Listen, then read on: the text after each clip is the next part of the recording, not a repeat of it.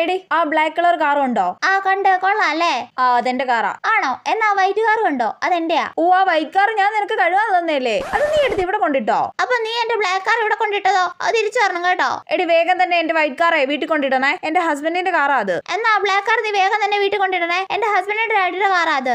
തേങ്ങയാ. തേങ്ങയല്ല, മാങ്ങ. ആ പ്രതിമയിൽ ചുറ്റിയ സാരി കണ്ടോ?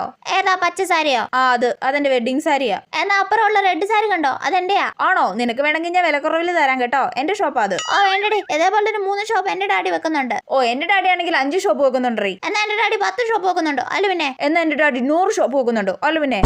എടി ഈ കൊറിയൻ ആക്ടറെ കാണാൻ എന്ത് ഗ്ലാമർ അല്ലേ? എന്റെ ബോയ് ഫ്രണ്ടിന്റെ ഫോട്ടോ നിന്റെ കയ്യിൽ എങ്ങനെ വന്നു? ഓ ഇപ്പൊ നിന്റെ ബോയ് ഫ്രണ്ട് ആയോ? ഇത് എന്റെ ബോയ് ഫ്രണ്ടാ. ആ നോക്കിയിരുന്നോ, ഞങ്ങളാ നല്ല മാച്ച്.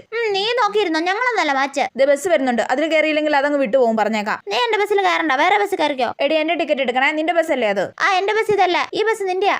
ശരി.